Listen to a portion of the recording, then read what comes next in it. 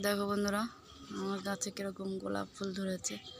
এত গোলাপ ফুল ধরেছে, প্রায় 10টা গোলাপ ফুল ধরেছে। গোলাপ ফুল হয়েছে, কত বড় বড় গোলাপ ফুলগুলো আছে। গাছটা মরেই গেছিলো, আবার বেঁচে গেছে।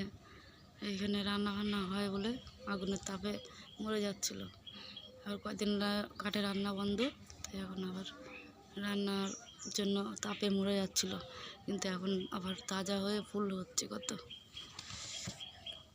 জবা গাছটাও ফুল ধরেছে, এই যে জবা গাছ অনেকগুলো ফুল ধরেছে। গাছগুলো আকন্দ গাছ আছে, ধুতরা গাছ, এই তুলসী গাছ লাগিয়েছি বাড়িতে। বাড়ি ঘর দেখছেন তো কী অবস্থা। ফুল গাছটা এইখানে দরজার সামনে, এইখানটায় উনুন দিয়ে রান্না করতো। তুলা উনুন আছে একটা, ওইটা রান্না হতো।